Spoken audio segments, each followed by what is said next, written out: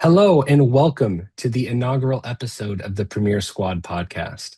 I'm your host, Jerome, and we're a group of guys that have come together to share our passion for the characters and stories that we have had the chance to experience so far in our lives. If you're joining us here in the beginning as we go about building our competency in this area of podcasts and video making, I just want to extend my sincere gratitude. And with that, welcome to the squad.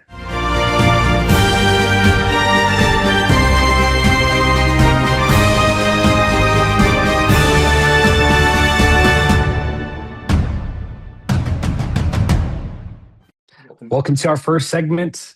We'll be going over Daredevil Born Again.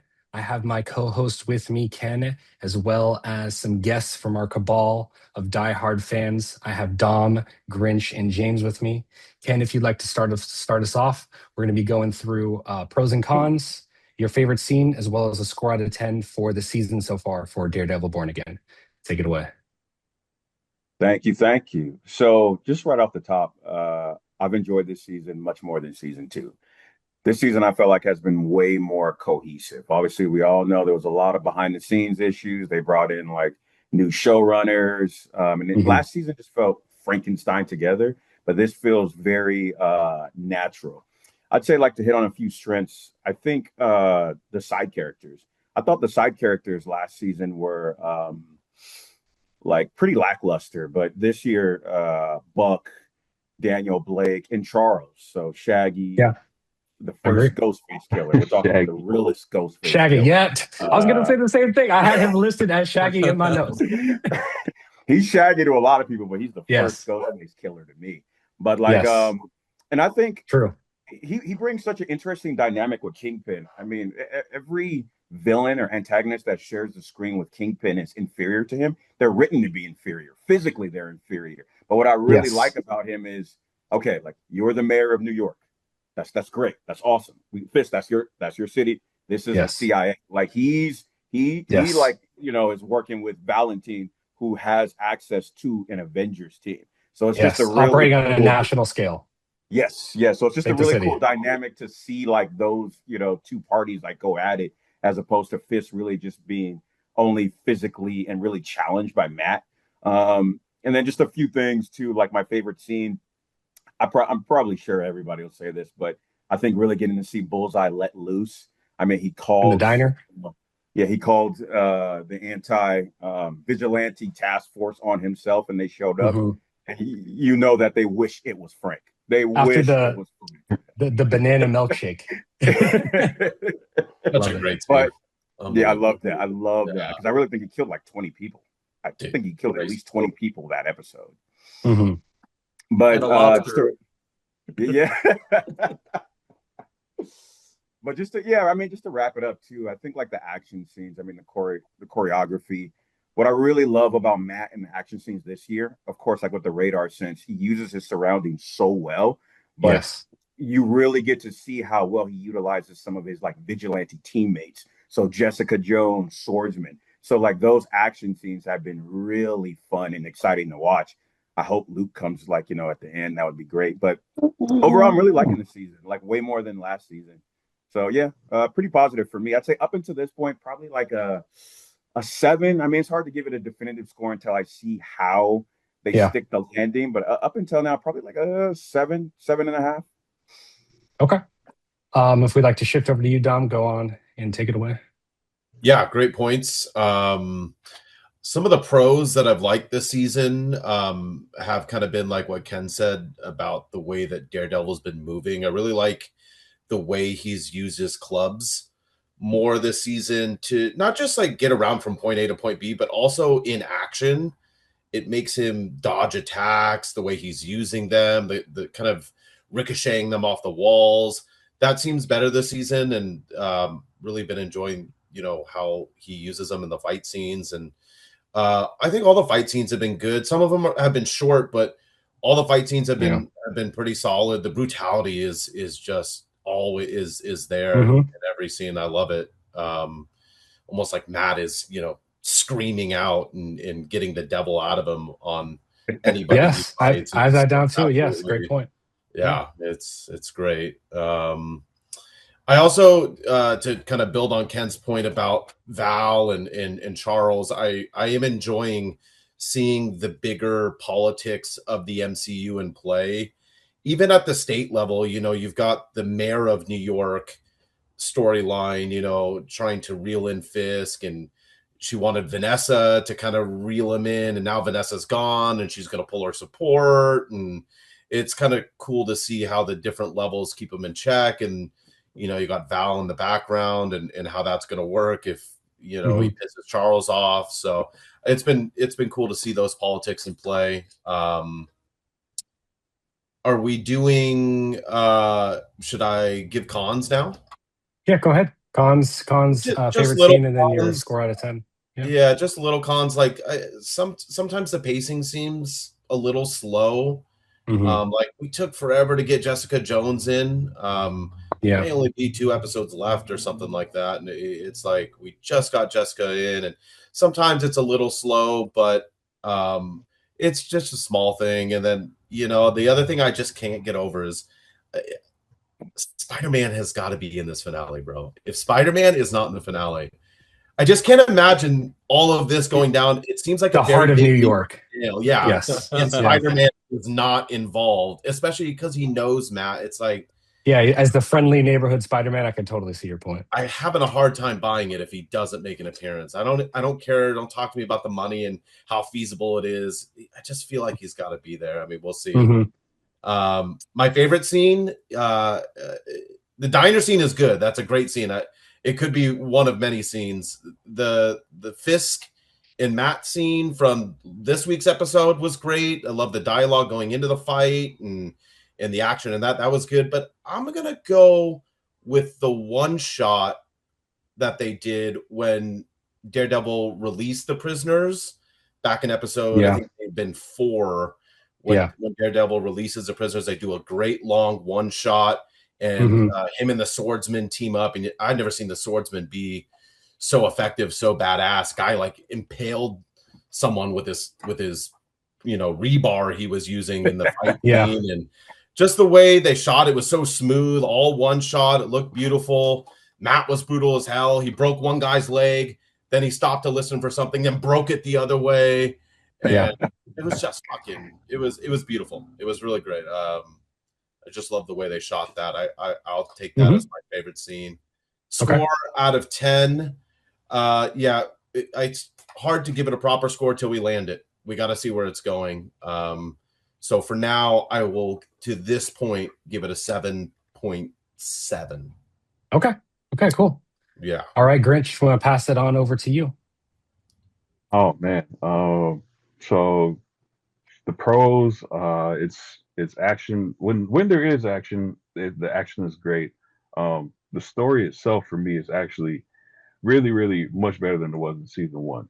I like, the aspects they're dealing with, like, PTSD with, Karen talks a little bit about it in this last episode, how she's dealing with her stuff.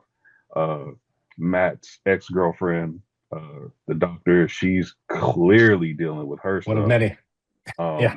Kingpin's about to get his taste of it. You know what I mean? So I like how everybody has their own, it's Daredevil, so they have their own demons per se that they're all dealing with. And I like how they're diving into that this season. The cons, I don't have too many because I'm really am enjoying the season. The pacing, I agree with Don. The pacing is it can be kind of slow at times.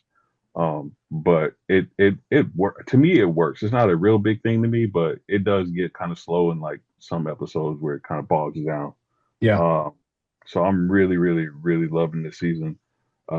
Love, Ken mentioned it, love Bullseye. We had a conversation about a couple weeks ago, and we're, just asking Bullseye against Hawkeye, like, how would that work, or who's gonna, who would come out on top. And I don't want to derail anything like that, but it was just a good conversation to have, because Bullseye is just, he's insane. Like, I'm not going to sit here and act like I've read a bunch of Daredevil and everything, but like, I'm watching what he's doing on the show, and I know it's different from the comics, obviously, but I'm like, yo, he's got to be a mutant, because there's just no regular person can do this stuff with a fork and a toothpick through a straw and all this. Like, I Yeah. understand he can't miss, but yo, there's got to be a mutant aspect to it. This is it doesn't make any sense.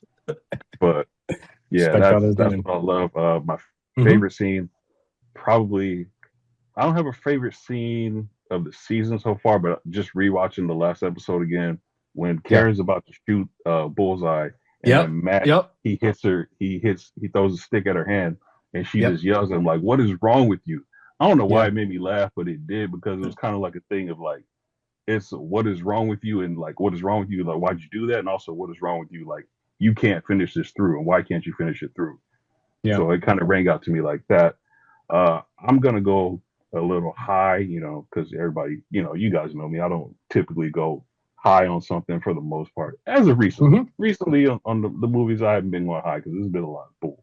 But I'm gonna say right now, I'm go with like a solid 9. There's room for error. It can go Okay. up. It can go down. Awesome. It just Yeah. depends on, like we said, how they stick the landing and what else happens. But so far, a solid 9 for me. I love it. I love it. Yeah, I think you Just to bring us the same respond, points. just to Go respond ahead. to one quick thing that Grinch said too, Of like, course. um, with someone like Bullseye, like if he's free and not locked up, he could literally kill. He could walk into a mall and kill everybody, like without anyone being able to stop him. So like you can really understand Karen's frustration. Like this guy should not just be locked up. He needs Yeah, to be in one of those, Civil 6 feet War under. prison match. yeah. Yeah, like this 6 feet guy, like, under. yeah, like we have dangerous people, sure, but Bullseye Yes. is like way more dangerous than them. So And flamboyant. And yeah. at least and what he can do with any sort of given item Anything. that can be launched. Anything, Yes. Right, right, anything. right. That doesn't even Thrown, mention the shot. foggy angle of it too. Hmm. Yeah. But I appreciate that, Grinch. All right, James, on over to you.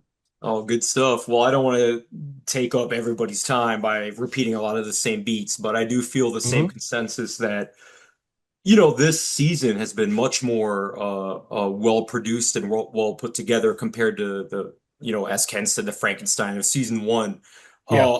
A point that I really liked about this season in general, and it's something that I guess I haven't heard brought up yet, was the whole Matt versus Fisk type deal. In the early Yeah. seasons of Daredevil as a whole, usually our superheroes are the ones that are operating out in the daylight and Hmm. doing their do-gooder stuff, Yeah. and the villains are operating from the shadows. And like Fisk was like that in the first 2 seasons of the original Netflix Daredevil, but Yeah. this one, it's a lot more flipped in terms of like Daredevil, Karen Page, their entire operation has to operate from the shadows, Fisk style, and then Yeah. now Fisk, he's I the like mayor that. of New York. So like that whole kind of like flip on this take is like really, really cool to me and really interesting to me. Um, Another thing that I enjoy is another point that I think you brought up, Ken, like the secondary characters have more to do. BB Ulrich, even though like I'm not hot on the storyline, like she at least has things to do more so than behind the scenes or YouTube video type deals that she's doing in the first season of this show. Yeah. So a lot of that stuff I really like. Some of the things I did not like, I will say that to Grinch, to your point, like some of the plotting and the pacing, I Hmm. find myself seeing some of these characters, Karen Page in particular, uh, it feels very samey, even though her character is going through this, like, hey, I kill now, right? Or her Yeah. ideal is like to kill now. It just feels very samey to me. Um, and I don't know if that's the actress's fault or if it's the writer's fault or both. Um, Yeah, so that's one thing that, as much as I praise the side Hmm. characters for having more to do, a negative for me on this season overall is kind of some of the side characters and like the extra stuff they're doing. Yeah. If I was to get off, I'm sorry, favorite scene, Yeah. it would have to be the Daredevil and Kingpin fight at the end of the Yeah. last episode because if you remember, they fought in front of the painting, the blank Hmm. Yep. painting, right? If you remember when As she sold Kingpin them. first appears in like the original series, it's like the back of his head staring at the that exact painting. Like the Oh, good stage was time. set that this could have been like the final encounter for them, and Yeah. now like and as an audience member, you kind of feel like, oh shit, like they are gonna kill each other, or like this Hmm. could literally be the final battle if they didn't cut back and forth to the other thing going on, but like. That in itself, like, just made me, like, as an audience member, even though it's going to continue on for probably another few seasons, Mhm. that sense of belief that, like, oh, they're fighting, someone's fighting to the death, Yeah. is a testament to the show. Overall, like, I feel like giving a score to this season is probably not. It's invalid, as to everybody said, because we have to see how the whole picture looks. But Of I'd probably course. give it a solid 6.5 so far. Okay. Definitely here for that. And yeah, I think that covers everything that I had for it. Awesome. And then I think from my side, just want to touch on a couple pros. Ken had mentioned the side characters. I want to go into a couple of details. I think Bobblehead Fisk by Vivi Ulrich is awesome. I love every single time that she pops up on screen, like we're scrolling through TikTok together. She does a great job there. I think Daniel's character, once again, as Ken pointed out, he's an easy to hate character from the audience's perspective, but I think he portrays it really well. So I'd love to give him a shout out for building up, like, this is the scene with the hot dog and he's trying to talk down Buck and stuff like that. Like, I feel like because we're in a TV series, we get to spend a lot of time with these characters, and if they fall flat, it's tough on the show. But there's been a lot of good side character stuff. Another pro for me is kind of what Grinchen mentioned in terms of Karen pulling the trigger. I really thought that, like, she was going to have a secondary thought, and to kind of juxtapose this, like how James had mentioned from the earlier seasons, like Karen's character arc this entire time, for where she was in the beginning of the show to where she is now, is very interesting. So to see her kind of fully live that up and then be ready to pull that trigger, and Daredevil having to come in to save him, I thought was like a really great nuancing that I wasn't expecting, because I thought she was not necessarily going to go through with it. But it speaks to the arc that she's had overall.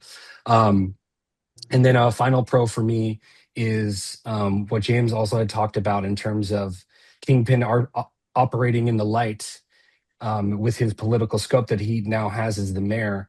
I really like, as much as I didn't kind of really appreciate when Daredevil stepped in, or Matt, excuse me, had stepped in to save Fisk in the ending of the previous season, the way that he has turned that in terms of having all of the haters look out for Daredevil, and then having all the people on the opposite side that are against him look out for Matt, I thought was like a great tie-in piece where every's got the entire city in one way or Yeah. another looking out for this person that they don't know is the same.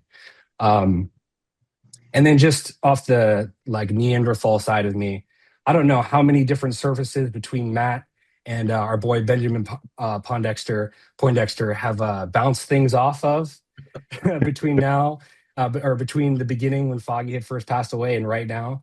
But my goodness, like, they use every single wall, window, surface in there to create as Stapler, much mayhem. Yes. CD. Yep, down to the crab claw. Yeah, He's yeah. gotten good at anticipating it. Yes. Matt has. So, He's done a good. He's getting pretty good at that. mhm.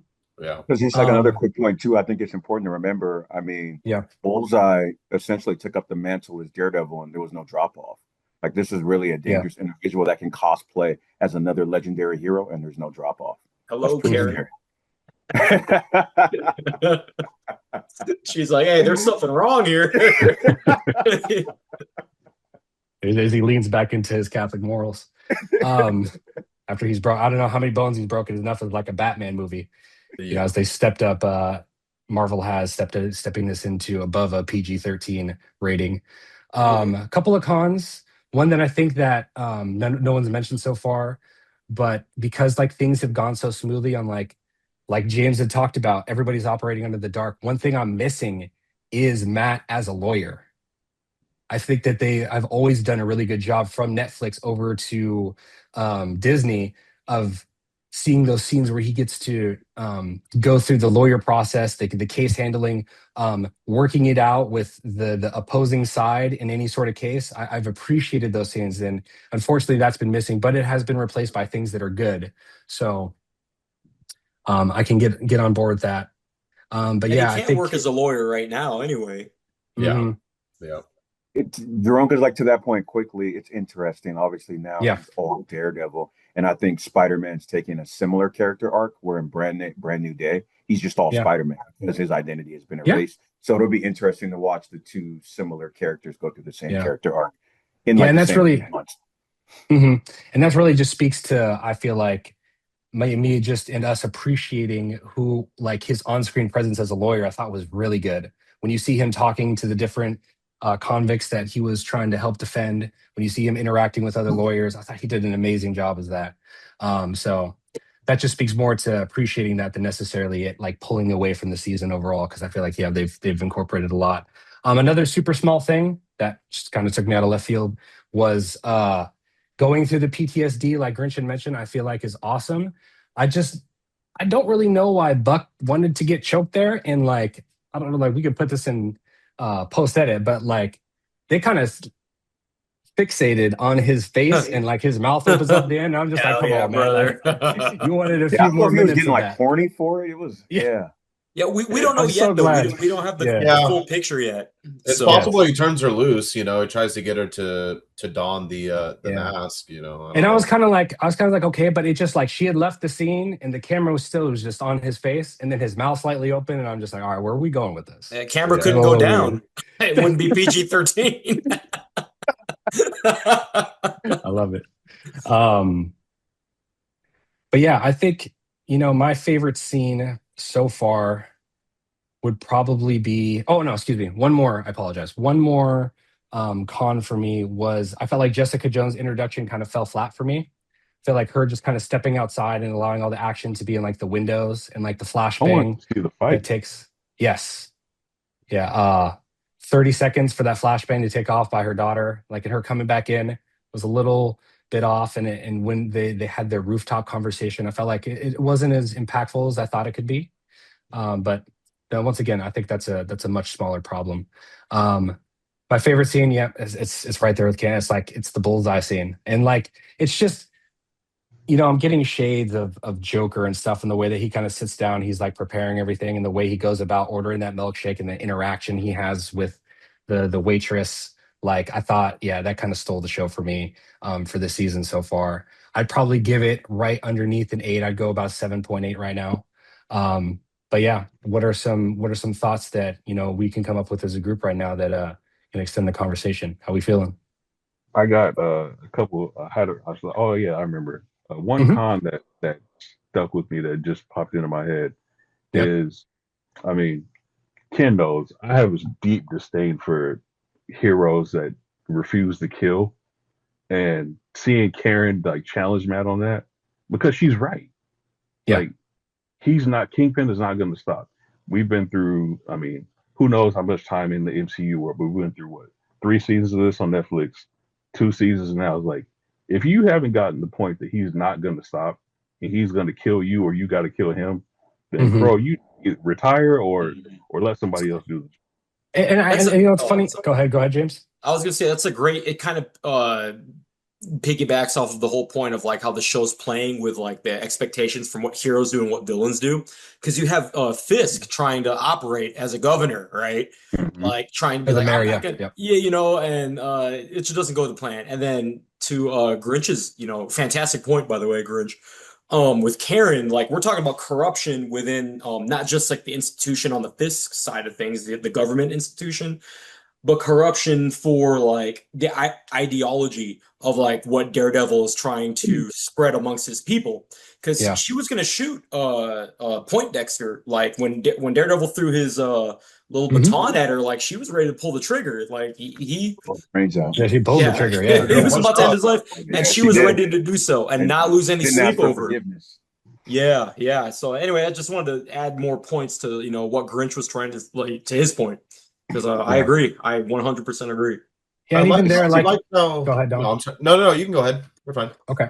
I'll hop in I was next. just gonna say the way that Daredevil entertains Fisk at the end right before they fight too, I think speaks exactly to your point, where he's like, "We're both not going to stop here." And I kind of didn't really like this. That he was kind of like, and then he starts like, "We both need to retire. We need to take our trips to Cabo to wherever else." Like he just lost his girl. Like there's nothing else. And then just like he was telling Poindexter in the previous episode, where he's like, "Don't say Foggy's name." He goes and says Vanessa's name and just completely sets Fisk off. So I feel like, to that point, yeah, because the doctor was kind of doing the similar stuff. Like, Fisk just lost Vanessa, and I don't know if he was getting spiritual, religious. Obviously, he's no longer in the show now, but like, Oh, yes, I thought that was so overstated. I didn't get, like, I mean, don't, and again, like Fisk, like, look, in the show, this is someone that has crushed a man's skull with his bare hands in front of like 50 people or 30 people. You have to imagine that type of thing spreads like Quicksilver, Barry Allen type fashion. Yeah, and even that doesn't spread. It just, you saw him fight. We all saw him fight the boxing match. So what do you? Right. I mean, this dude killed someone. Like, this dude killed someone in a boxing match in the middle of, like, New York City. And, I don't know if he was thinking he was going to uplift Fisk, or he was, but give him his space. Give him his space right now. Yeah, he's like, why are you coming with all this poetry? Fisk doesn't want your poetry. Yeah. Thank you, Dom. Poetry. It really was, man. He tried to tell Fisk, like, you can just walk away. I won't relate this to another conversation for another show, but like, ain't nobody walking away on this end. Yeah, you know what I'm talking about, Ken. From the first second, I was like, the doctor was like, you're done for. Like 5 seconds in, I'm like, I already know we already know what's gonna happen. Oh, since he put his shoulder on it, his hand on his shoulder. Yeah, I'm like, just be quiet. And I was like, don't just be quiet. And he touched him. I'm like, oh, come on. A leader in his field in neuropsychology or neurosurgery, and nowhere near with the words. No people skills or understanding. Read the room. Or like, just a question for the team though, as far as like scale, because obviously, so Karen was ready to shoot bullseye, and I just want to get a sense from the team. I mean, so you have Kingpin. Like, Kingpin obviously is an elected, position by the people, and not rightfully so. Obviously, he's the villain. And then you have Bullseye, who, was doing a life sentence, got out because of Vanessa. Do we consider, because like Bullseye could go to, again, anywhere with any weapon and kill 50 people.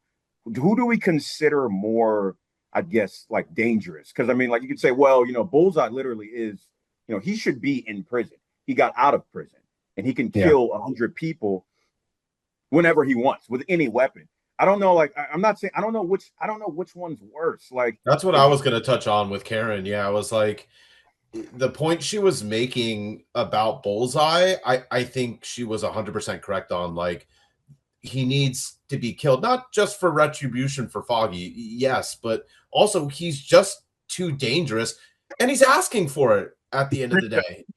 I mean, well, that's the other point, Dom, too. Like, to kind of play devil's advocate on this, he's asking for it, showcases that this guy has a conscience of some sort, which he tries to tell Karen, and before he proceeds to be an asshole to her again. But remember, when he showed up on the show, he was a police officer. Like, he didn't just, like, this is before like the entire show. Like, he willingly, his character showcase that, and I do think like part of the season 3 of the original Netflix show was to kind of showcase kind of like a mirror Daredevil, right? So there are aspects of him that are I feel redeemable, as opposed to somebody like Kingpin that, like, this guy's just crazy.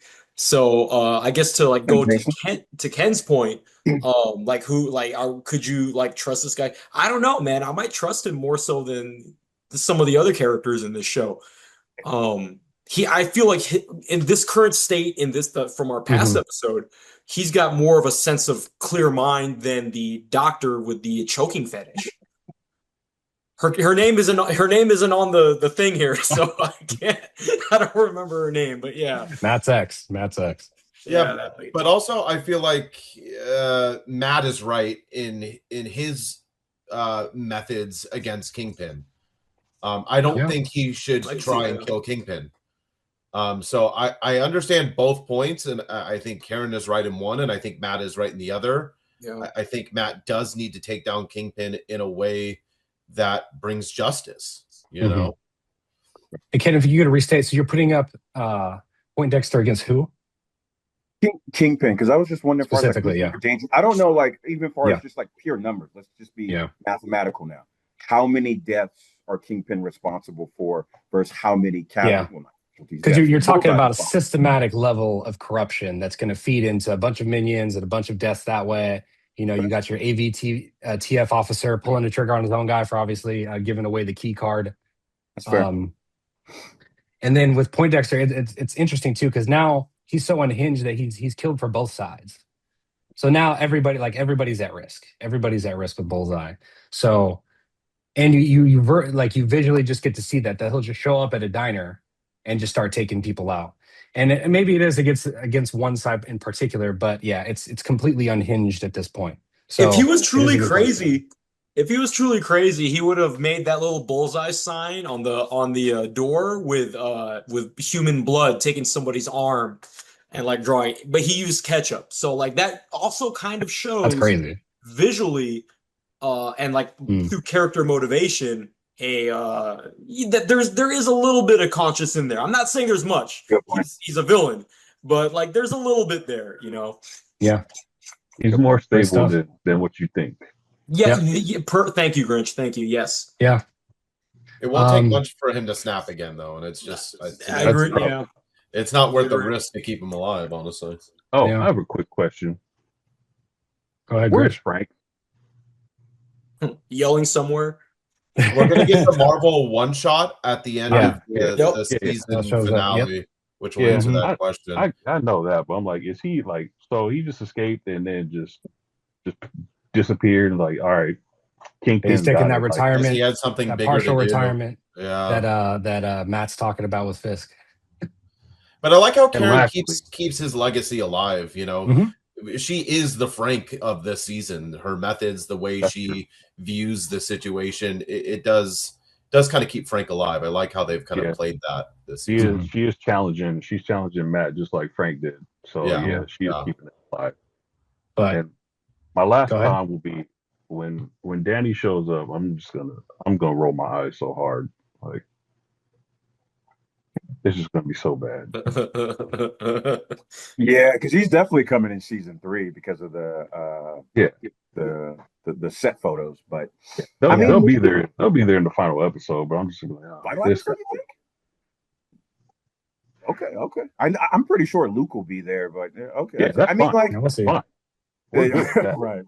I mean, like I know the actor really feels the responsibility to do better. What happened, and maybe there's a lot of things. Maybe it was the writing. Obviously, some of it was him.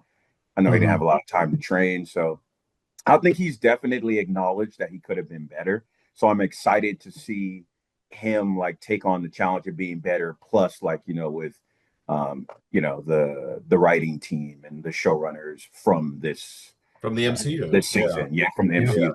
Thank you. Okay. One last thing though. One last thing quickly, because when Jessica was talking to Matt, she said that of the powered characters, there were a few of them that decided to accept Charles's offer. I wonder if Luke was one of those. That'd be damn interesting if someone knocked on your door and it was Luke Cage, and you got to go. With that would be very and terrifying. Because to speak to a few people's points earlier, I think we've all said it in different ways. I mean, like the show is very much more comic booky, at least far as like fighting and action scenes. Like Matt was very, very grounded in the Netflix show. Here, it's grounded still, but he's doing a lot of different flips and he's using the Billy Club more, to Dom's point. So I'm excited to see Luke get that power boost and what that's going to look like in the finale. Yeah. All right. And that was his daughter, right? I mean, let's be real. Yeah. Let's be real. He's got skin in the game, so to speak. Yeah. But I think that earlier question is a good one to send out to all the viewers too. If you're sitting there and you're about to enjoy your banana milkshake inside the diner, and you have a choice of Fisk walking in or Poindexter walking in, and you just think about to yourself, who's the bigger threat? Who is that? That's definitely Bull. I'd say Bullseye. Well, I know, but it depends on how selfish you are, selfless you are. Are you thinking about everybody else? Are you thinking about who he is as a mayor? Or are you thinking about, there's a fork right next to me, I'm dead? Very fair. There's a straw right next to me. Kingpin doesn't get his hands dirty that often, though, himself, He's always got somebody else doing it, so Unless you're a doctor. also menacing. Or the police Oh. commissioner. No. Oh yeah. Good point, Grinch. But yeah, with that being said, we'll throw that question out. If you guys love to leave a comment down below with your interpretation of that question. So here we go for segment number 2 for the Premiere Squad. We got Maul coming on up. I'm once again your host, Jerome. We have some of the usual suspects here. Ken as my co-host, Dom and Grinch, but we've replaced James, our boy, with his brother from another mother, Smitty, over here. As you can see, James in the background. Once again, we'll start off with Ken going through the season so far with Maul, pros and cons, your favorite scene, as well as your score out of 10. Take us away, Ken. Thank you. So again, I think we're just living in a great time. I'm really enjoying Born Again season 2, and I'm really enjoying Maul Shadow Lord. Really like the pacing, the writing. I think because the episodes are short, they're only 20 minutes, but dropping 2 episodes at a time, I think it's been perfect. Like it's not, you feel satisfied at the end of the day, and I've just been having a good time. The action scenes are stunning. Favorite scene, it's easy because I think like everyone loves the scene where Maul is fighting Merrick, and then Merrick does the helicopter lightsaber, and then Maul, the automated one. He said, "No, I'll spin it manually." Yeah, and then Maul counters it with the double lightsaber. I mean, that's a hype moment. Beautiful. I mean, that's what this stuff is all about. But for me, though, my favorite scene is actually it's just a conversation between Maul and Devin. And it's just, again, I love when the Sith do this, especially if it's written well. When the Sith just I don't want to say violates your thoughts, but just just gets into your head just to challenge and really counter your inner beliefs. And a lot of her beliefs and inner thoughts are what Maul already thinks anyway. So there is a lot of overlap there. So I really enjoy that. And especially with Sam Witwer's voice, the way he sounds so cool. He's the delivery, the way they write him, he's just a really cool character. So that's probably my favorite. Again, and I think now too, obviously the Sith are super cool, Sith, the Jedi, but obviously the original trilogy, the prequels, the animated stuff, it's very much, and it should be George's perspective on right and wrong, Jedi good, Sith bad. But now I think a lot of people grown up, have grown up that really like the Sith are now in the writer's room. So you're really getting to get better written dialogue for the Sith. And that's just great. So I'd say that's my favorite scene. Enjoying the action, strong show so far. Those are my thoughts. What would your score be? Man, I know it's so hard to give a score right now. I understand. We'll get there because we can do episode in the season. We're just for the inaugural episode. Where does it feel? Where is it feeling like right now? Right. I'd say about an 8, low 8. Yeah.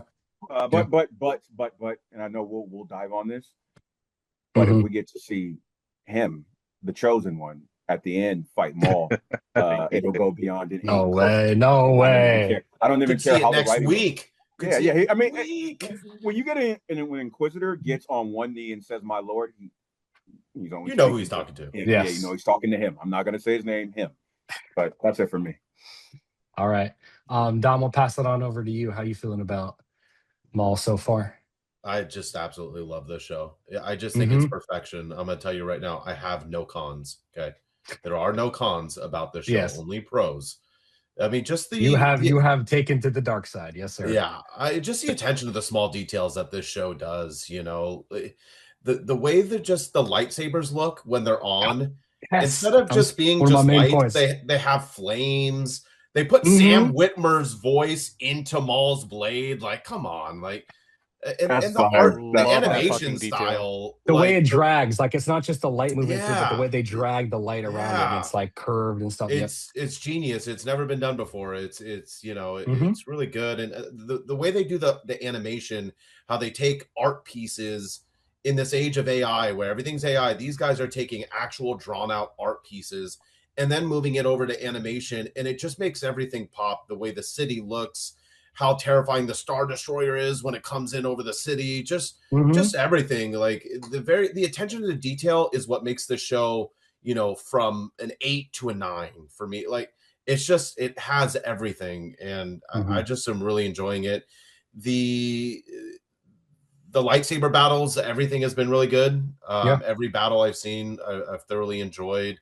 Um, I just love the story that they're telling, and how Maul is trying to get his redemption after being betrayed, and Hmm.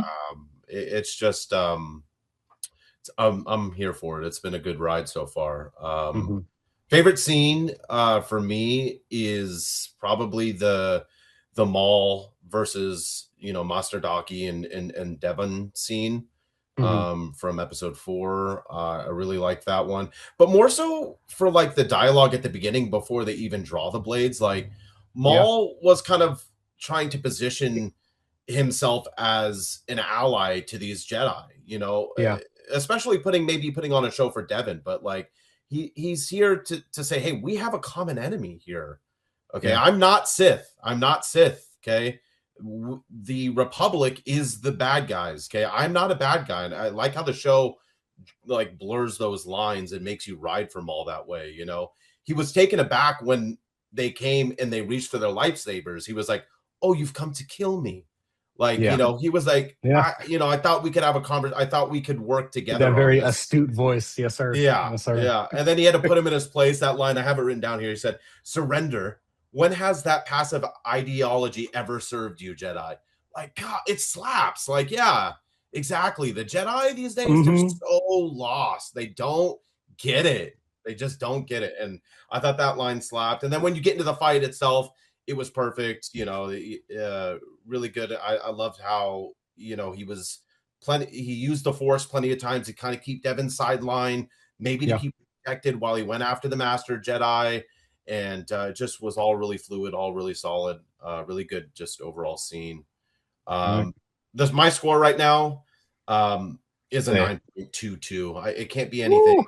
lower. Got it up there. Right now, it's just fire. We'll see where it goes. They got to land it. I have every faith that they will, but right now, it's just hitting. I love it. Hmm. Love to see it. Jalen, if we could pass on, or Smitty, if we could pass on over to you, how you feeling about Maul so far? I mean, I've been really enjoying this. Y'all Hmm. have already hit on a lot of points that I wanted to talk about. Obviously, yeah, Maul versus Merrick, like absolutely amazing to watch that.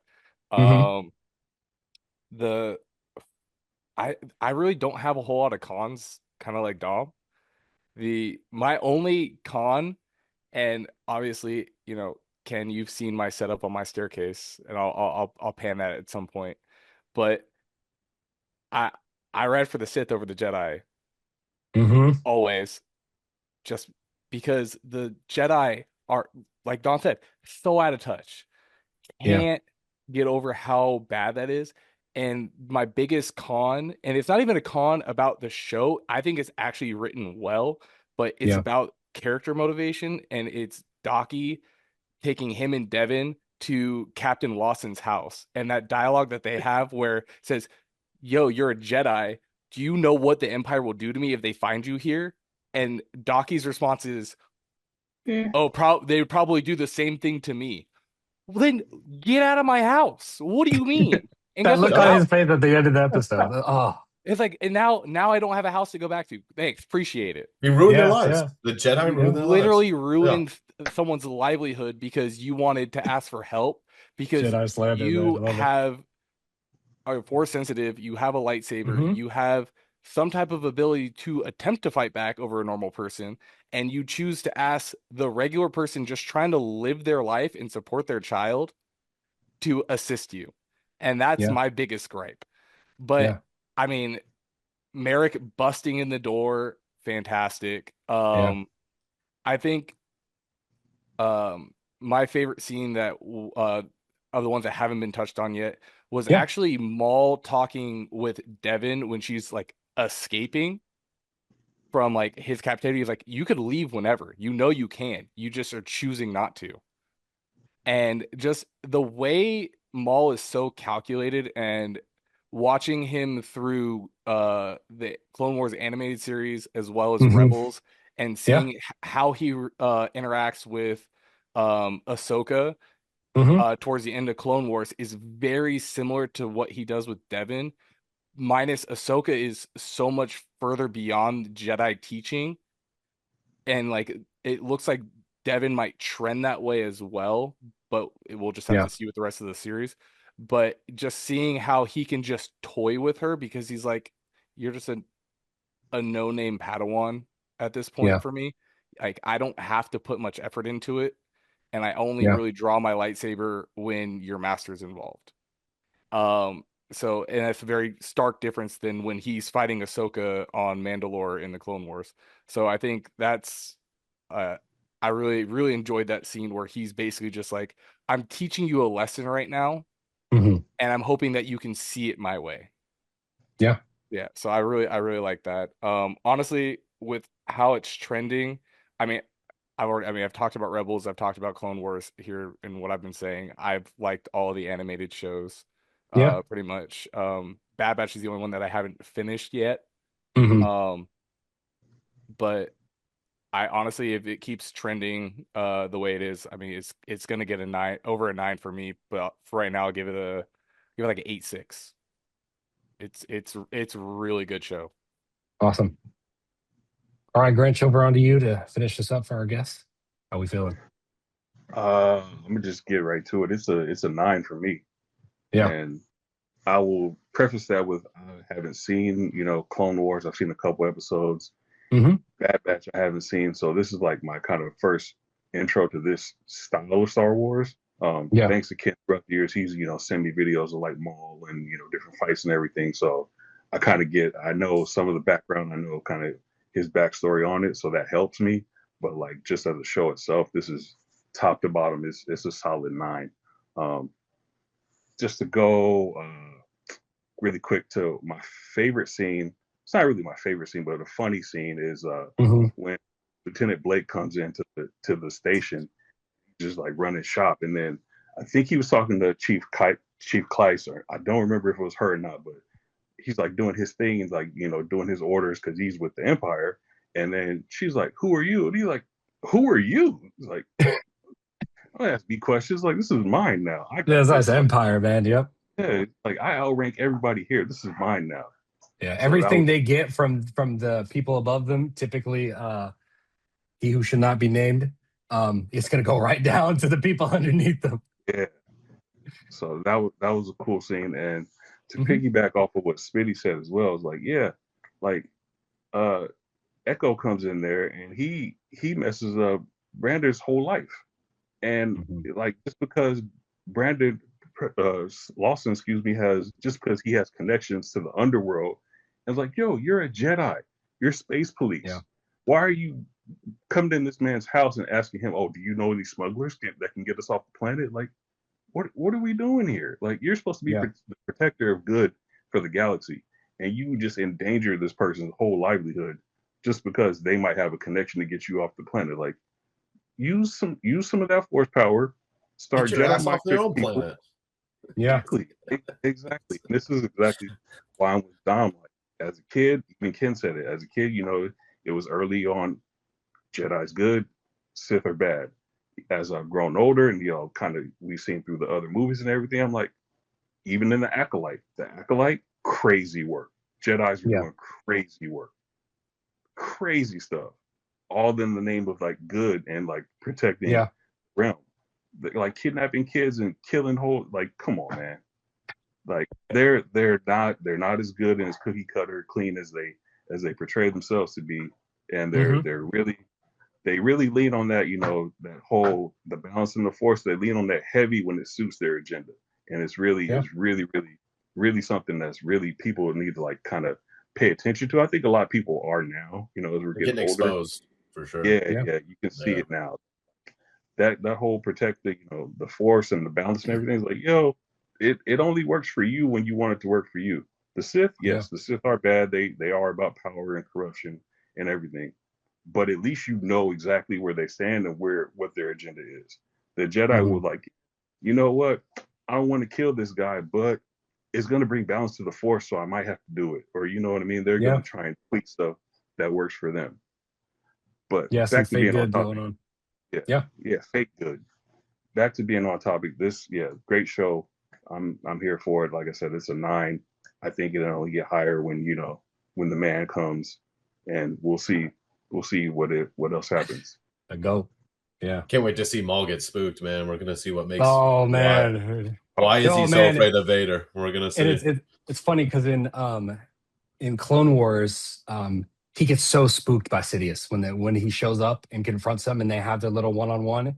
He is so like, oh, please, please. His brother gets taken out and everything. He is so scared there. And that was like really bad look for him. But I digress. For Maul specifically, I want to go directly into my my favorite scene from this series so far. And I'm so glad that we're actually this far into it because now I get to choose this as my own, even as big as it was. 3 minutes and 32 seconds. 3 minutes and 32 seconds. For our viewers, a little bit behind the scenes, we all met last week to kind of go over what we want to do with this and stuff like that. And coming out of it, I still hadn't watched Maul yet. And I got to sit there and talk with my partner kind of about who Darth Maul is to me as like my favorite character. Because as a kid, I had the opportunity to see him fight Qui-Gon and Obi-Wan and see what I felt like has been ingrained in me as what I expect of a Jedi battle, what I expect of movement, of athleticism, and that's been so far few in between, especially in live action movies. It's been very tough to really get what I feel like is an appropriate use of the Force that is capable with the creativity and the special effects that we have today. So that being said, talked to her about that, and I'm like, man, Duel of the Fates, legendary. And I'm sitting there playing the song over and over again for her. And then I start the episode. 3 minutes and 32 seconds is when Duel of the Fates starts. My man steps out of the ship, and I pause it. About 10 seconds. Go back and watch it again. And I do that several times over. And right there, I turn off the episode. That's all I needed to watch from Maul to know that this is my show. This is the Star Wars that I love because I am a Star Wars hater. But that 3 minutes and 32 seconds mark for 10 seconds, right after my spiel I got to go over was everything to me. And now it has like echoed on into the extending episodes, and I've just had such a wonderful time with it. I think specifically with the episodes that have aired this week, a couple things that I wanted to talk about with the action scenes in particular, like we've touched upon how the lightsabers are moving, the type of special effects that they're capable of. The sound effects is amazing. Devin, like she did like a whole 540 slash on that rooftop. I thought that was awesome as like a little moment for her. And then a much smaller thing.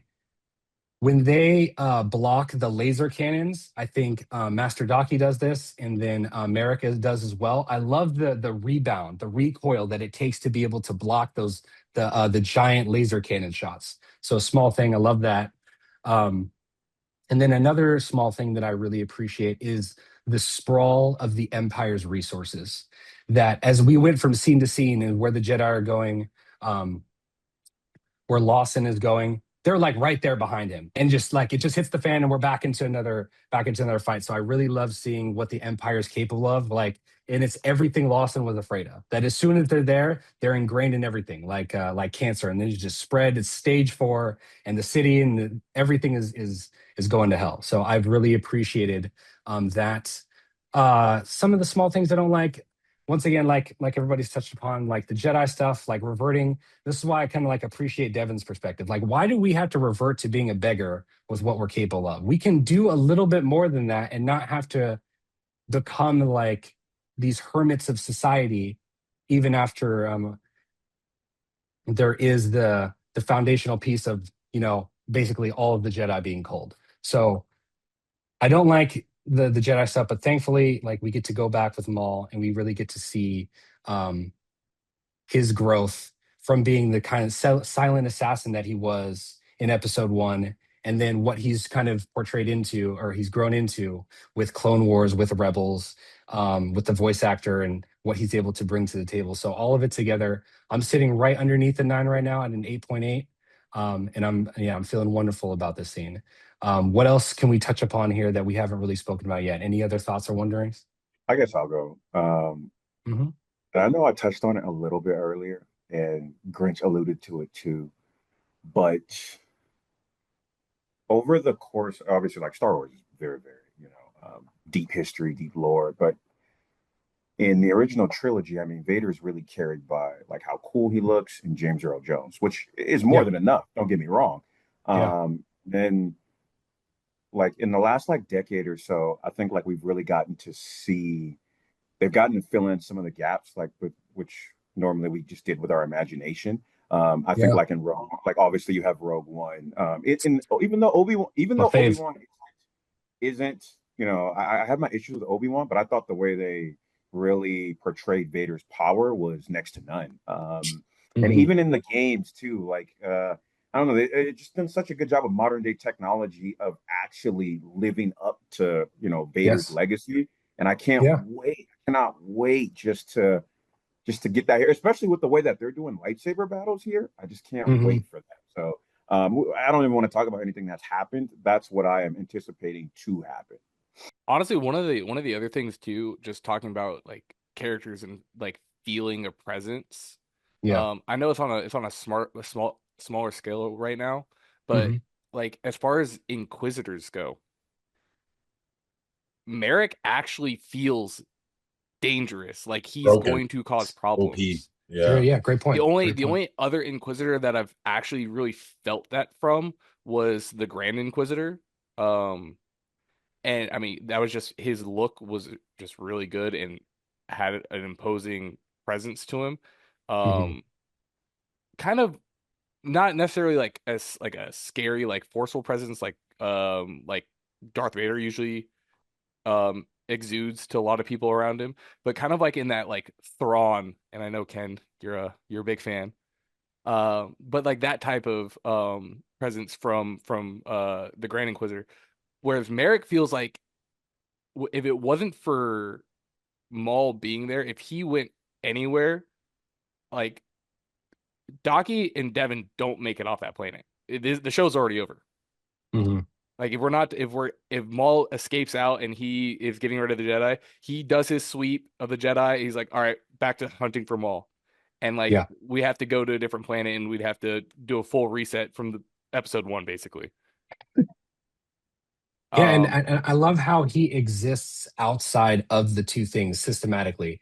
Now we have the Jedi, we have the Sith, but because of his experiences, now we have like him as a standalone third party with the mhm, abilities of Jedi and Sith combined, and him trying to be like, all right, like I'm done with like as we know from his like from his Rebels and Clone Wars arcs, he's done with like everybody. mhm, So like him getting to kind of stand out and like formulate his own path is like, yeah, it's been such a great history that's been built upon since episode one for him. definitely. It's crazy that an Inquisitor is that powerful. It's like I'm not sure how to make of it. I don't know if the Inquisitor is really that powerful, or if the Master Jedi Daki is just buns. I Like think I don't because if I will he's say too Docky. powerful, then he could, the Sith wouldn't want them to be too powerful because then He it never pulled threatens out the that second side until powerhouse. Maul got there. Until Maul Yeah, got there, he never pulled out the other side of his lightsaber. I don't. It's hard to put my thumb on why that he's so OP. I mean, I love it, but it's Hmm. crazy. Well, it's a lot of I think and I could be wrong on this. I'll go fact check this later, but I think a lot of the Inquisitors take training from Vader. They I was use gonna say they that. use his same style and then like build it for their double-sided lightsaber. So I think it's a combination of form 6 and 7 of lightsaber fighting. If and again, I could be completely wrong on this. I'm just going off of shot in the dark memory right now. But that's part of the reason is because it's such an aggressive fighting style of Hmm. like lightsaber dueling. And that's why he seems so imposing. But I agree. Docky also seems like he's got something going on. He's got like that he's like iron lung kind of going on or something. I don't know. Like he's Yeah. struggling. He fell on the boxes in the fight against Maul, and ever since then, I guess I don't know. He's got a bad back or something. I don't know. He's also an old man who Yes. seems like he's been running, and he Yeah, probably he's hasn't been old. eating You got much. the little white chin hairs. Yeah. Yeah. Yeah, he hasn't been eating anything because he resorted to begging. Which again, back to your point, Josh, like I I don't agree with Jedi's going to. We were the source of peace in like in the galaxy to Yeah. oh, the Empire took over, we're fugitives now. I have to resort to being a beggar. Like you could go work not everyone knows the face of every single Jedi. Yeah. If you were a nobody Jedi, you can go and do a nobody job. There's no problem with you doing that and have a normal livelihood until you get around the Empire, then maybe change sectors Yeah. to like go to the outer rims or something. But you really don't need to be living a beggar's lifestyle when you have the abilities that you have. The only one that it makes any type of sense for is Obi-Wan. Oh yeah. Because Obi-Wan is still doing a job for the Jedi. Yes. That is, Yep. he is the only one that it makes sense to go be a coot in some hills on a backwater planet. Yep. That's The the only LeBron one. James of the universe right there. Yeah. But yeah, Old man like, now, too well known. Yep. I agree. I Yeah. 100% agree. And Yeah, he goes, and they go exile right yourself like a from. man. Go ahead, Dom. No, I was just making a joke. You're Yeah. fine. You're fine. I was gonna say, going from like the beggar and like, okay, we don't need to do anything, and just right to using your force powers to escape. I mean, you're already using it on like a gray area anyways to escape the subway.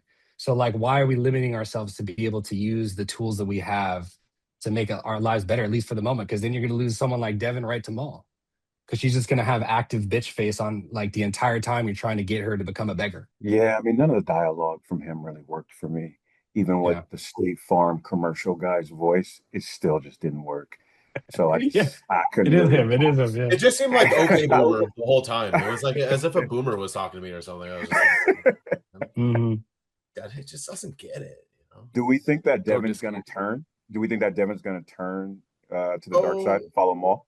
I would Great appreciate question. if they actually do that because it would be directly opposing Ahsoka from the end of Clone Wars, which leads Yeah. like right into episode 3, and then this is I think It's hard because we know where Maul Yeah, right goes after after this, and yeah. we know his timeline, Yeah. and Devin's not a part of it, so it's kind of hard. I mean, I'd like her to, but it's hard to like say for sure that she's going to based on what we know the future of Maul. You know. Well, I will say there is a decent chunk of time between the Battle of Yavin, which starts off episode 4, to when Rebels occurs. Yeah. So there could be some time, and then she could just go off on her own. But yeah, I'm with you on that, Dom. It does seem very unlikely, and I feel like because it's a Star Wars show, if you're gonna have Jedi and Sith-esque characters playing the middle ground like Yeah. Maul is, you're gonna have to keep at least one Jedi type character there. Docky might get killed off, would be kind of okay with Hopefully. it, to be honest. Hopefully, yes. We can pray. Yeah, but I think Devin will stay to being more of like a gray Jedi and maybe start going the way of how Kinda like Qui-Gon Ahsoka. was. Yeah. Yeah. Well, Ahsoka's she's force sensitive. I wouldn't even put her like in the She doesn't practice what the Jedi preach. Exactly. She's not. Yeah. Yeah. She's not. She would fall very in line with what Oh. Qui-Gon was trying to be and what the Jedi Order from the prequels failed miserably at. But yeah, I think with that, like, I think that's just a great question for everybody. If you want to hop in down below and mention whether you think Devin by the end of the season or the end of the Maul series, depending on how long it goes, if she's going to turn to the dark side, I think that's a great question for all of us.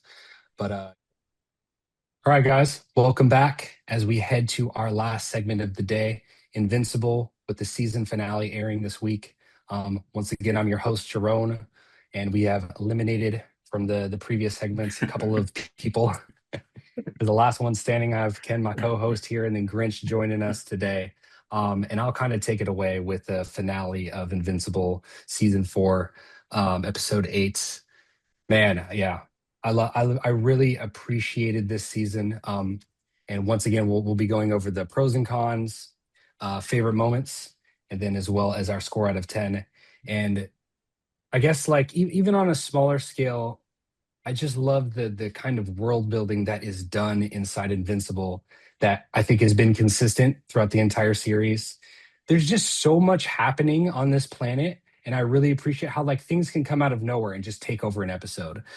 So throughout the season, like Volcanica appearing, and we just have this entire. Maybe it wasn't the best episode that we were expecting to kind of just jump into hell and kind of what Mark is doing down there, and he's kind of holding these different directions, but it establishes how much life is in this universe, even while we're following the main storyline. Another thing, the Floxons, whenever they come back and they're trying to their next attempt at taking over the world, as they come from what they've built from their previous time from trying to take their portals over. Once again, I like every time that one of these new threats comes out of somewhere, it just builds upon everything that's happening in the background while we're following Mark, while we're following Omni-Man and the Viltrumites. So I've really appreciated that. Same thing with like Titan storyline, Machine Head, Invincible Incorporated, and how that's functioned as a system early on in the season to kind of set up, oh, well, Oliver gets called over to work for Titan now because they're a legitimate company that is partnered with these different businesses or Titan himself to make sure that they have support from a superhero level.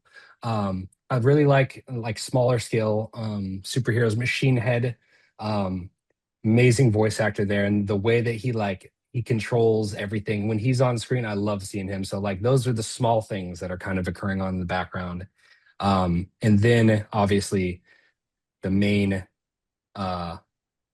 course of the entire season, Thrag. Like we could just replace all these people on here and just put a big picture of Thrag up here. We don't need Invincible. We don't need the Premier Squad. We just need Thrag and what he's done in the last 2 episodes to like solidify himself as this crazy ass, super powered Viltrumite. But then my favorite scene of what he brings to Mark in the last episode. And he's just like, hey, like I've thought this thing through. I had my thumbs in your eyes. And then I realized that it wasn't just like, I don't need to cull my entire population like I did early on when I was crazy. I'm going to sit here and I'm going to build us back up again with everybody on Earth.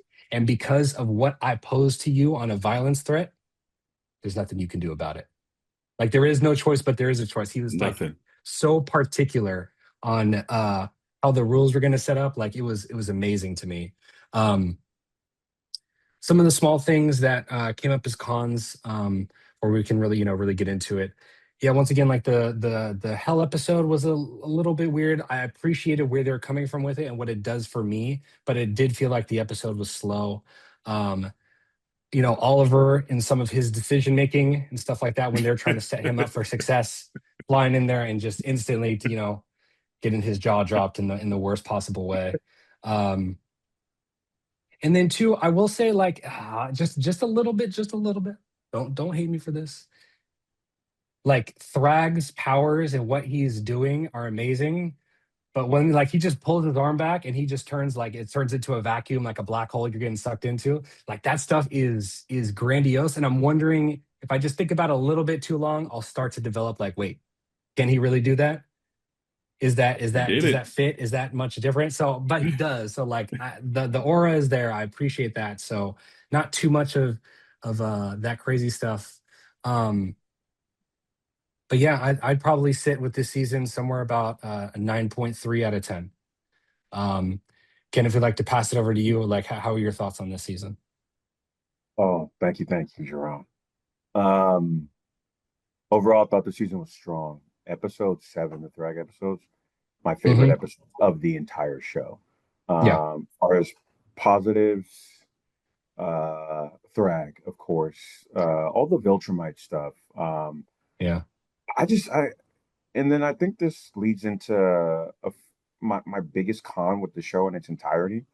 I didn't really have significant cons in the two previous segments, but for this one, for me, I feel like there's a drop off when we leave the Viltrumite plot. Okay. And I don't they have yet to be able to close that gap. Because like when they get to the Viltrumites, I'm all in. I'm all Yeah. in. I'm rewatching all the fights. When it's not the Viltrumites, I'm checking Twitter every few minutes. Yeah. So like overall, the season is still good. The show's still good. The voice acting is amazing. The action scenes are amazing, but that's a weakness for me. Far as favorite scene, I don't want to try and outthink the room or do too much, but of course, it's episode 7, Thrag, and there's a lot of there's countless moments. All of us could go on and on and on. But so after Nolan gets knocked all the way back to Viltrum, Thrag comes down, and every Viltrumite's voice actor is so powerful. Like Nolan is J.K. Simmons, Craig is Clancy Brown, Thaddeus is Optimus Prime. Yes, like yes, so sir. This is like, but for Thrag, and early on, I was like, I wasn't sure, but his voice worked so well for like what he was. It wasn't overly the confidence. Very true. Yeah. Yep. It was just enough. And their conversation, just come home, Nolan. Come home. And it was his delivery. And I really enjoyed their conversation. Obviously not to repeat a few things you said, Jerome, but yeah, I mean, like far as now, we can get into some, the fun stuff. I mean, like you're talking about that display of power. Sure, yeah, like you knock a powerful Viltrumite all the way to Viltrum, and then you knock him all the way back up to space. That's great. You get turned into a meteor whenever he wants you to be a meteor. If you could survive the punch. But after that, you just get a tour of the universe. Just like Debbie was getting. Buddy, okay. All right, side note, I am gonna go to tangent here. Had there not been that ring of Viltrumite bodies, when would Nolan have stopped? I'm convinced he would have gone out of the solar system forever and out of the galaxy. I don't. Space Racer would have had to get him. No, he would have outraced Space Racer. Oh, I love it. But yeah, I mean, like again, as far as that display of power though, and like I said, obviously we have the two blows.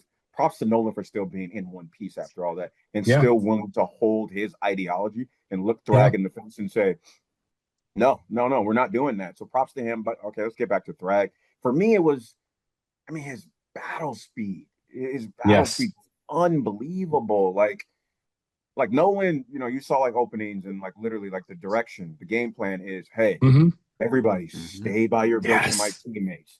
Stay by Tech Jackets. Stay by Space Racer. Just stay together. And Nolan and who didn't listen? And Nolan didn't listen. He didn't. And Nolan took it, but it was like Nolan was moving in slow motion. Like it wasn't like Nolan almost hit him. It's like he really was like a speedster in all of them. Like I don't think. And again, like correct me. Okay, I'm gonna open this up now. Correct me if I'm wrong. And Premier Squad, you can chime in too. I don't think any character actually defended themselves. Like, did any of the characters block? Did any of the characters avoid? Did any of the characters get out of the way? I'm pretty sure. Nah, not one. Okay, that's what I thought. Not one. All right, it's just you can't like before. Even Thaddeus, Thaddeus was still in the middle of his victory thought before he got his head taken off. Yeah. Like at this point, like you can't this isn't Megatron would never. Like we can talk about power levels and all that stuff, but I'm really just stuck on the battle, like the gladiator speed. Like these guys couldn't even touch him. Like they weren't even perceiving what was going on before they were getting just stomped out, man. It was like pretty unbelievable. Like dude is really on another level. But as far as like score out of 10, again, I'd probably an 8 again, only because whenever we get away from the Viltrumite plot, again, like I said, I kind of start now. I need to get more comfortable in my couch, and other factors need to play a part. So yeah. I respect that. I respect that. All right, I appreciate that, Ken. Grinch, over to you. Take us home. Oh man, wow, the pressure's on now. The pressure's on after all that. Oh man, it was a great season overall. The cons are probably like all the cons that we've seen. The episode Yeah. 4 in Hell, before when it came out, I saw it before Ken, like maybe 12 hours before Ken did, and he was like, Yeah. "How was it?" I was like, "You don't even need to watch it." I was like, "You honestly don't." I was like, "You can really watch the last 5 minutes of it, and you'll get everything you need out of it." That's That's the true. That's biggest, fair. yeah, Yeah. that's the biggest con. And I would say, well, now that when you mentioned Machine Head, I forgot he was in this season, and that goes to Ken's Yeah. point of when we're not talking about the Viltrumites, like what are we even really caring about? And Yeah. I forgot that whole thing, which also was another. It showed Oliver's lack of Yep. planning, fighting ability. Even then, Leslie, he yep. they told him, all right, Executive functioning. Yes, sir. yeah, they told He him, all needs right, it. go check on it, but don't do anything crazy. And what does he do? He doesn't listen. First strike number one, doesn't listen. Conquest, strike number two. You would think he would listen when his dad tells him, everybody, stay close, Yep. stay together. This is the plan. Like they said on Twitter, I'm not going to take this joke. They said on Twitter, look, man, we're supposed to be playing 2-3 zone. He went and started going ISO ball, and he got ripped up because he didn't want to listen to the plan. Yes, sir. So, but that, like, back to the original thing. Episode 4 is my only con. The pros are, we've all went through all of them. My Yeah. favorite scene, I'll go non-thrag, non-battle, is probably when Mark and Conquest fought and Mark got his guts ripped out with that infamous, that Viltrumite, that Yes. chop. The chop. Yep. Yeah. Mark, hey, Conquest is like, look, I'm going out, but if I'm going, Yeah. you're going with me. Mm-hmm. But props Just to held Mark on for though. dear life. Yeah. Yeah, Yeah. props to Mark though for doing what he said he was going to do, and he choked the life out of him, got his guts ripped Mm-hmm. out, but he took him down. And the other part of that is when he said that before the battle, I killed Conquest, I'll kill you too. Yeah. Adisa, Lucian, Craig, they all like, wait a minute, whoa, like, is he serious? Like, whoa. Yeah. Yeah. And then he proceeded to get mopped, but that just goes to how great Thrag is. But Yeah. props to him though, because when he said that, they all had to give him like, oh, okay, he's kind of serious now. We might take this battle serious. Yeah. And it was just that battle itself was great. Um, Overall for the season, I'm gonna say my theme of the episodes has been the 9, so I'm gonna just ride with it and stay with the 9. Okay. It could have been higher, but that episode 4, just, man, it was so bad to me that Yeah. brought the mark down just a little bit. Yeah. What But else? Oh, yeah, go go for ahead. it. I was gonna say, because I know we're gonna be Thrag heavy, so I'm gonna come in as the other voice talking about some of the things that are happening that I really wanted to appreciate. Shout out Tech Jacket's dad. She is signing up to go on this mission against Viltrumites, and maybe the dad doesn't understand this. Maybe he doesn't. But I need to get on my soapbox and talk about his parenting skills. And maybe, like, it's not explicitly stated, but I'm going to give him all the credit because you see him hug her, and he seems just okay. Like, yeah, go save the universe. Like, you have what it takes. There's no fear in him. He's happy to see her again when she comes back. And then you see her go out. And you see Oliver come along with him. Same age range, right? Same age group. And what does Tech Jacket do? She listens. She understands. And she has a field trip. She gets to experience this and know what her limitations are. So I'm going to give it to Tech Jacket's dad. I want to appreciate him because Oliver should have did the same thing. Used it as a learning experience, supported where he could, used his skills to what was available. But instead, his jaw's gone, and now he's in a Super Saiyan, back to tank, healing up again. So shout out Tech Jacket's dad because I was scared for her. He wasn't, but you could see what he's put into his parenting with her and the love and everything. Oh my God, like I love that. She went on a field trip. She got to experience all that, get the battle experience, and come back in one piece and get to like play some games with Alan. Yeah. Um, Another quick mhm. thing, real quick. Yep. Quick moment that I like that just popped into my head was before the battle when they're all in the lunchroom or whatever, and they're all talking about their final meals. And then Yeah. my boy Battle Beast, they're like going over what they want, and Battle Beast is like, "Yeah, I'm gonna dine on my own blood because probably gonna die, and if it'll be glorious because it'll be the last thing I drink, or it'll be my opponent's blood. Either way." And they're all just looking at him like, uh, Yeah, turn him into a "Okay, all caricature. Like his, right." yeah, it's great. It's great. Funny Um, moment. Jerome, like just Go to, ahead. I think we can unpack that a little bit more. Okay. I don't know if there's something wrong with Oliver. Forgive me, but like maybe just his brain and the way he processes things. Maybe he just processes things as just much like life isn't as short, Yeah. and maybe that's because he comes from that species. But I really Yes. think it's Hmm. something with his genetic. It's something in him, like where it's. I don't Yeah. think he comprehends really the longevity of life. Yeah. Just like I And don't know. Just like I don't know, like Rocky in Project Hail Mary, they have no idea what radiation is. Maybe he has no idea what Yeah. self-preservation is, and well, he needs to be taught that. that's that's funny, but that is 100% the realest thing. Yeah, you said all. Yeah, that's good. Yep, Yep. yep. Because And I Yep. think real quick, I think it's also a thing of, I mean, we forget Hmm. he's 13, but he's really probably about like 8, maybe like 8, because Yeah. his, half his genes, they grow really, really rapidly. The Viltrumite gene go really, really slow. So Yeah. mentally, I mean, physically, he may be like 13, 14, but Yeah. mentally, he's probably closer to around maybe like 10. So he has no Hmm. fear, which is good in some cases, but he also has no discernment. So Yes. No it's just all like, self-preservation. Yep. yeah, none. So that's, I think, okay, gosh. and they don't even outline it in the comics either, but it's just something like that. Like he mentally, he has to be like a little Hmm. bit younger than what he physically is. That's a good point. And I think Thrag, again, it's the Lee Pace's delivery too. The way that he looked Oliver up and down. Basically, you're a failed experiment. And he told Mark, he said that, he was no brother to you. Like Mm-hmm. Yep.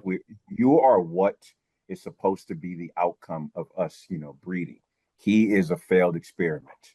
That's it. And then I just loved his delivery, the way he cooked everybody. And again, it's just Hmm. love his voice and his delivery. But Yeah. back And to then you like, yeah, guys. right. I mean, right down to one of his last lines to Mark. Let me explain your future to you.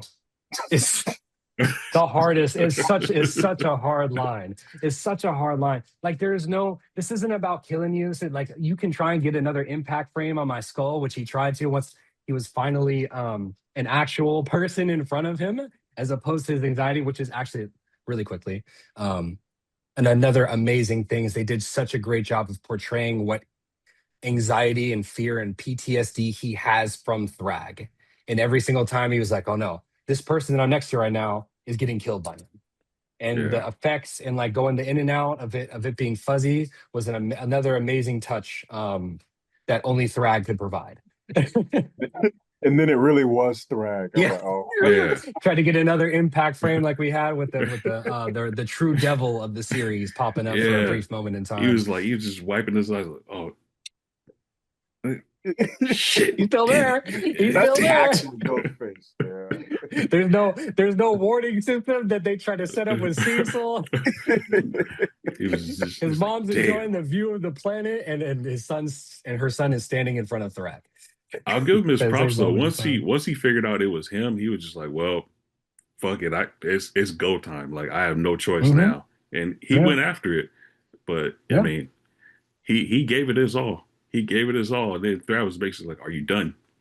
Are yeah, you done yet? Like yeah, I can, if you really want to do this. That was the yeah, other part that I really loved. When yeah. Mark made his decision, Thrag Yes, he was not distraught, but he was disappointed. yeah, He was really disappointed because he was hoping that Mark would be like, all right, well, I'm gonna go. And then he just yeah, like looked at him like, oh, all right, well, Well, this Mutual is what we're destruction gonna it do then. is. Yeah, Yeah. And yeah, it's so and funny too, because like, did Lucan like how much money was Lucan making? He was already on Wall Street somewhere. Was he making six figures at that point? How long have the Viltrumites been there? Like this man was already. So we have someone in a biker gang about to join our boys in True Detective. Like, what's yeah, going on? Like they're already invested into our culture, yeah, already making money. Um, and then another small thing that I didn't really care for was Debbie's interaction with Omni Man, with Nolan. I thought kind of dragged on too long, but I felt like it was kind of like a real conversation that they both had to have. Um, but once again, going into the world, another positives, the world building here, everything that happened while they were gone, I really appreciated that. From an animated, like I know I'm gonna talk about Adam Eve gaining weight. This isn't a female thing. I'm talking about from the animation perspective.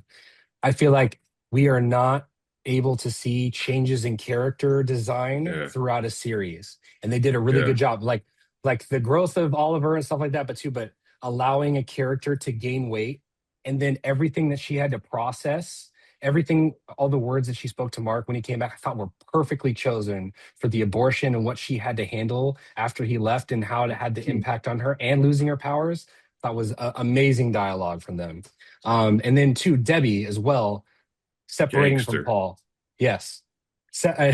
Separating from Paul, and his kind of like, hey, you're a part of this war too. I'm the real human here. You're connected to this way more than I am, way more than other humans are. So those things that have occurred off planet once again speak to the depth that this show has in terms of world building. So I just really wanted to touch on that.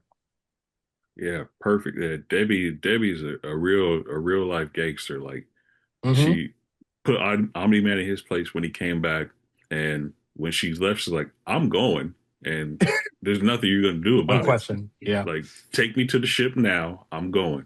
Like, I'm sick of this. This is it's my time to really step into this." And Hmm. that was much appreciated. And the cool part is like, I know it's a cartoon and everything, and it's Yeah. animated, but the fact that her and Paul can like it was shown two adults who just didn't work out, Yeah. and for greater reasons, but it just didn't work out. You know, she couldn't be there for him, and he knew it, and it wasn't any animosity. They still worked together, which is crazy. They still Yeah. work together, and they're just like, hey, you know what? It just we tried, we gave it a go, but we're better off as friends, and that was Yeah. just cool to see. Yeah. Yeah, It'd to been that cool to see point, them I all in mean, one moment. Go ahead. after you, Jerome, No, no, no. That was it. I just one line. Go ahead. because to that point, like, and Debbie might articulate this otherwise, but at some point, being a superhero and all that stuff matters. Like, and I assume that her and Nolan will get very close on that long 2 week, Here we you know, go. ship ride all the way back to, whatever the other planet's called. Yeah, he reached his I'm hand out. I like, was like, also, "Hey, put that shit down, Nolan. Get your hand down. Get your hand down. Save that for season 5."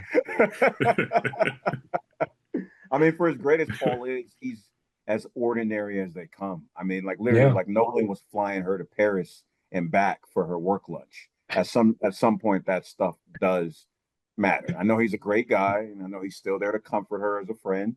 But What? now, Makes bomb spaghetti. I was about to say he was Oliver's last meal, right? I think it was Oliver's last Yeah. meal. Yep. Yeah, yeah, yeah. So respect. Yeah, yeah. put respect on Paul's name. The one Does he and have only. Debbie still or no? No, he doesn't. But then I guess just one last thing that I'll say too, Grinch, to your Yeah. point. Like I think the conversation, and then to build also on your point, Josh, Hmm. I was worried that Mark was gonna overly react to the abortion comment. I was literally like terrified, like, Yeah. here we go. She's gonna dip into CW, 8 o'clock time slot, but it didn't. Like Mark, and again, like two adults, like Yes.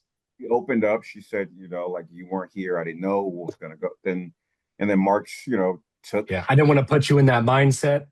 Yeah, which makes a lot of sense. And Mark didn't, like blame her. He blamed himself, but it wasn't. It just Yeah. didn't get artificial, which Yeah. is what we'll see a lot of times. So I liked it.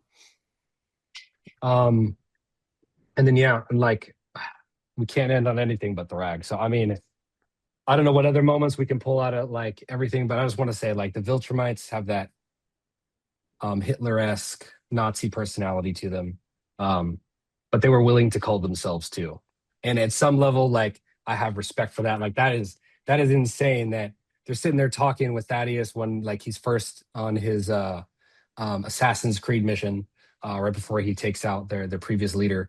And he talks about like, okay, we got like we're culling all these different societies, 25%, 30% of their population, just going by the numbers. And to double down on that on your own civilization after after Thetis betrayed everything, like I have so much respect for Thrag in terms of his thought process, his simple thought process at that time to what it's turned into now. Is there any other Thrag scenes that we need to talk about? But just to add to that, just to add Yeah. to that too, like the Viltrumite minds again, like these are extraterrestrials. They may look like us, they can come live amongst us, but they are not us. Like even Thaddeus's perspective and approach is still very Viltrumite-esque. I mean, let's say this out loud. Like Thaddeus and Nolan took, this infinite ray and shot it through like the planet and literally blew up their entire planet. And Thaddeus is like, ready to get again, to give a Optimus Prime victory speech. Like these, like the thought process of Viltrumites is very much different, like than ours, like from Thrags and them to Thaddeus. So it's interesting to see like those Viltrumite tendencies still be very resourceful and useful, and also like the other side winning, because again, you nuke someone's planet. Like, and this dude's, this guy has like audio messages for Alan to use the virus on like the last 25 of them. Like he's still, he wants them exterminated. He wants all of them exterminated. That's exactly what I was about to say. Is like even then, even in the grave, he's still like, no, we have to get rid of all of them. Like all of us have got to go. Every single one of them. And he's putting Alan in a tough spot, man. He's putting Alan in a real tough spot. As he has like he's on the Zoom call with all the other nations, and he just has the destroyed remnants of their hull behind him. That's so funny. I love that stuff. I love that stuff. But yeah, I think like the final point I just want to touch upon, like our age group, to grow up with Batman the Animated Series and Justice League Unlimited, and now to see that animated style transition over to what we've got with Invincible is just like amazing. So like I just want to appreciate the what Western animation has done from our childhood to today, with Thrag in particular. Yeah. Space Freddie Mercury. Yeah. And then go ahead, Ken. And like to your earlier point, which I get, like, someone winds up and they create like a gravitational, like, wormhole, or, that is very anime-esque, but I think it's really cool just to see, some of the animated shows on the West, like, adopt some of those animated tactics. Yeah, even when he did it to Mark, when he fucking rage demon headbutted Mark's fist, and you got the demon, like the demon face, they flash it real quick. Like, I'm a Street Fighter guy. I was like, oh, that's super Akuma like. Yes. Like that was crazy. Yep. But yeah, I think with that, I think the question I want to pose to our viewers is honestly, like, how much money is Lucan making on Wall Street right now? I think that is the question that I really want to know. No, but seriously, this is really a question because there's only one choice. As Mark, would you take Thrag's deal? You got to. Yep, you got to. But with that, you have no choice. Yes, sir. Appreciate your guys' time here. Thank you very much for taking this ride alongside us. This ride with Invincible.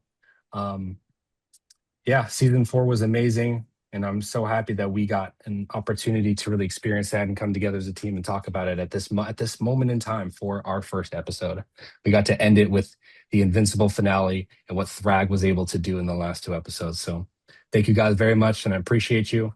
We'll talk with you soon. Bye-bye.